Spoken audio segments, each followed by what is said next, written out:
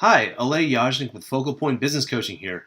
To perform at their best, firms need to have the right people in the right roles. And for you to maximize your success, you need to know which role you're best at. There's a simple framework for these roles, and you can leverage this framework to identify personnel gaps in the firm, ensure the right people are in the right seats, and identify the best role in the firm for you. This is a continuing video in our series, so if you haven't already, you may want to watch the first video, Finding Your Fit in the Firm. It's a great introduction and an overview to this topic. Today, we'll be digging into the grinder role. This video is for partners and associates in law firms, accounting firms, and other professional services where the associate, partner, shareholder structure exists.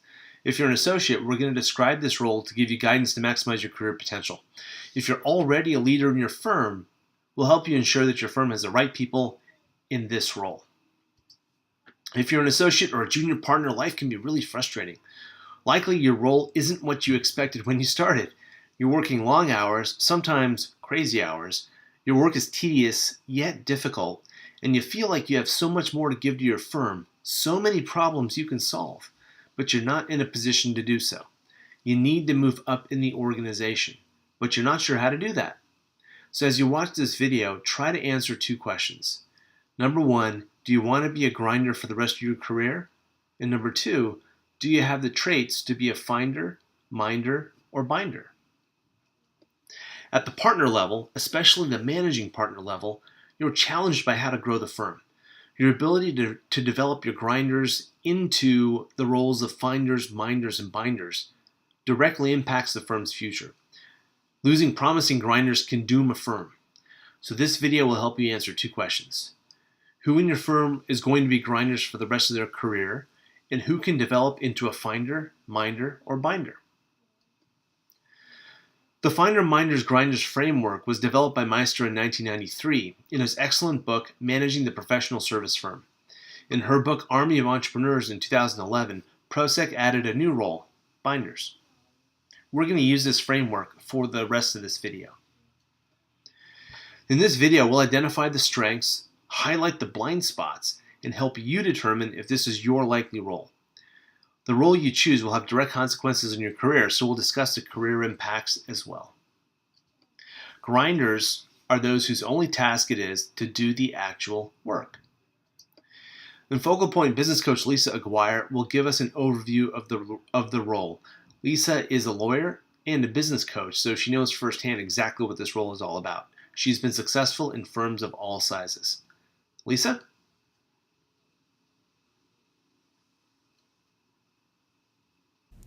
Grinders are people hired to do the work. They are usually young, less experienced employees, and are hired for their motivation, willingness to work hard, and their smarts. This is the group of people who put in the long hours actually performing most of the work. Their job is to generate work product, learn the skills of their profession, and eventually move up the ladder to minder and then perhaps finder. Their most important task is to work hard by putting in lots and lots of hours, generate a prodigious amount of work, and learn the skills of their profession. Quality grinders are in demand and can sometimes become service partners, that is, doing the work generated by a finder.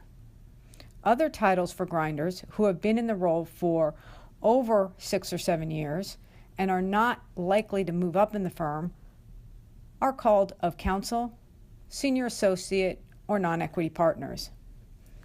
Grinders usually last between 6 and 8 years at most, eventually tiring of the long hours and wanting more responsibility. At this point, they will either move up the firm ladder or move on. Most grinders who move on and haven't developed the skills of a minder or finder or binder will likely continue in a grinder role somewhere else. Grinders are the most dispensable group in a firm. They will be the first to be laid off in a recession and, without a book of business of their own, do not present an economic blow to the firm. Thank you, Lisa. Next, I'll be taking you through the strengths of a grinder. My name is Alay Yajnik, Focalpoint certified business coach and trainer. I'm currently serving as the leader of the professional services practice area for Focalpoint Business Coaching of Northern California. I specialize in helping law firms and accounting firms reach the next level of success, and I was recognized with the Focalpoint Kaizen Award in 2015. But enough about me. Let's get back into the good stuff. Each role requires certain strengths to be successful. Some people naturally have these strengths and are suited to particular roles. All roles are needed at a firm, though career prospects may differ for the various roles depending on the size and the goals and the culture of the individual firm. It's our belief, though, that anyone can develop the right skills if they apply themselves and invest in their success. So if you truly have a passion for a particular role, but don't have the necessary strengths to excel just yet, you can develop the skills that you need to be successful. Grinders get the work done. As their name implies, grinders have their nose at the grindstone. They work long hours with little wasted time. They get their projects done. They are the horsepower that the firm needs to work through client matters.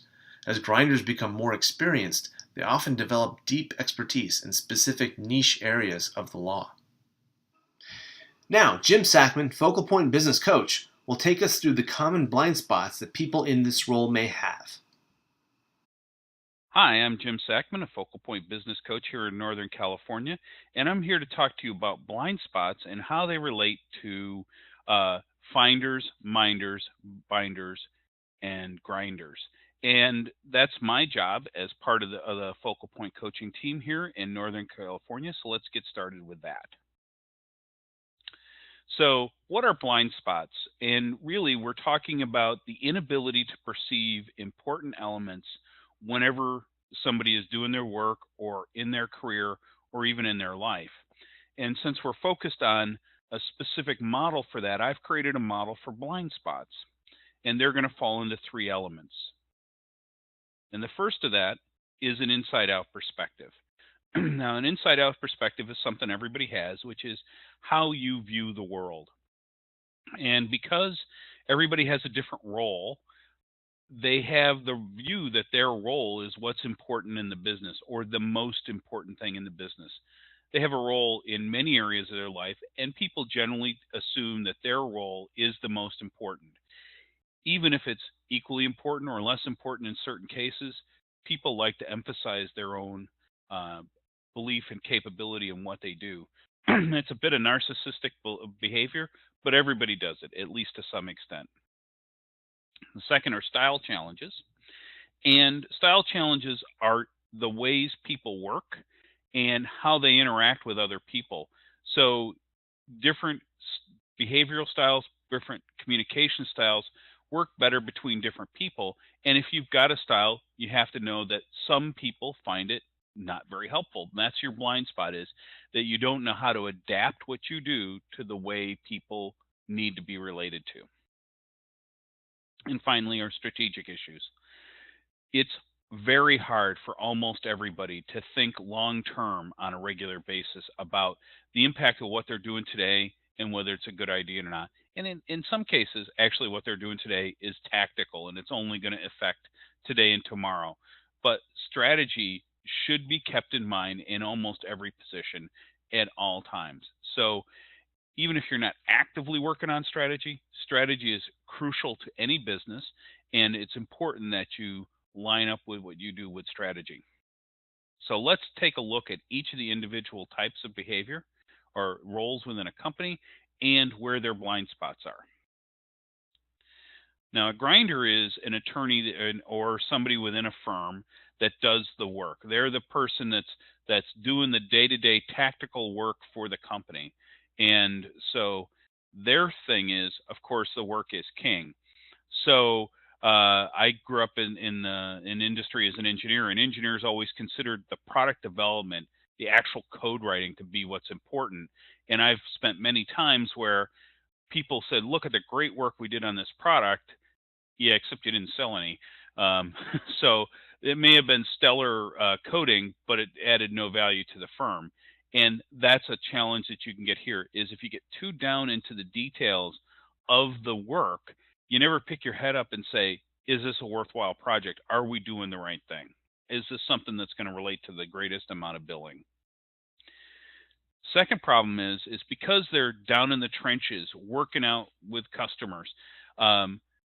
they often get overlooked, and they need to, if they're going to grow in their career and become more important in the firm, they need to make sure that their work is recognized and what they do is understood. And so instead of just keeping their head down all times, they need to learn to do a bit of self promotion so that people understand, recognize, and value their contributions more than just everyday work. So it's important to deliver quality everyday work, but you also need to make sure that people are aware that you did quality everyday work. And then finally, they're always looking for what's next, not the next long term thing, but the next short term thing.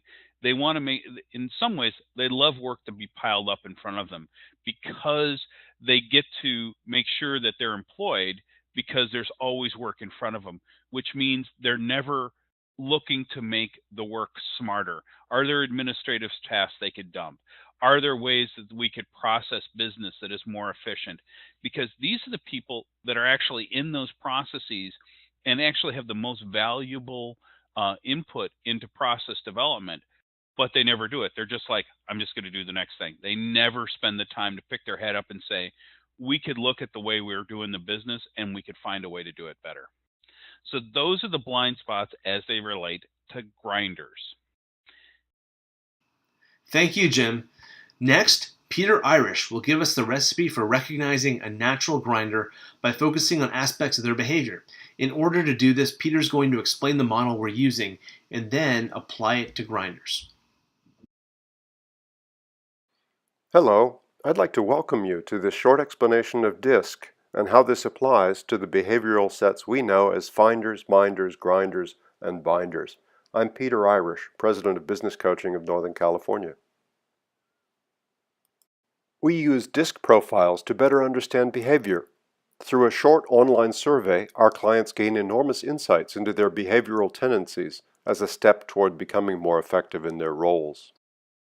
A DISC profile comprises 4 dimensions: how you respond to your environment, we call this dominance; how you influence your environment, we call this influencing; how you respond to the pace of your environment, we call this steadiness; and how you comply with rules set by others, we call this compliance. To simplify, each of these dimensions can be high, low, or neutral with respect to behavior. High D implies a tendency toward extroversion and refers to behaviors such as ambitious, pioneering, strong-willed. Low D behaviors tend toward introversion and include being unobtrusive, peaceful, and modest. High I people can be described as extroverted and inspiring, magnetic, enthusiastic. Low I refers to introverted behaviors such as being incisive, matter-of-fact, suspicious. High S behaviors suggest introversion and include being relaxed, passive, patient, while low S refers to extroverts who may be impulsive, flexible, and eager. Lastly, high C behaviors tend towards introversion and include being cautious, careful, and exacting, and low C behavior tends towards extroversion and refers to being unbending, arbitrary, and uninhibited. Please note, this is only a summary. Ask your Focalpoint business coach for a full explanation. In general, grinders will show a tendency toward being introverts. Often they will be highly detail-oriented and prefer to comply with rules and guidelines. A grinder will be very comfortable with routine activities and prefer following a clear process. As a result, generally they will show low D and low I behaviors. I hope you enjoyed our brief introduction to DISC profiles and their application to minders, binders, grinders, and finders. I'm Peter Irish, President of Business Coaching of Northern California, and I say thank you. Thank you, Peter. So now let's talk career consequences. In our work with professional services, we found that although there's many paths to partner, most associates start as grinders and then move into another role on their path to partner. If you're an associate, please review our other videos in this series to see if you're best suited to be a finder, minder, or binder. If you're a partner at your law firm, do you have a training program to give your grinders the skills they need to be strong finders, minders, or binders? Focalpoint can help you identify likely growth paths for your grinders. help you identify the grinders that have the most potential, and give them the skills they need to effectively transition to a finder, minder, or binder role. We have more videos in this training series, so go ahead and click the like button on this video now so we can get you the new content as soon as it's available. Remember, you and your firm can learn to develop your grinders. The skills are well known and we have years of experience teaching them. I hope you found this video to be helpful. Take good care, and I'll talk to you soon.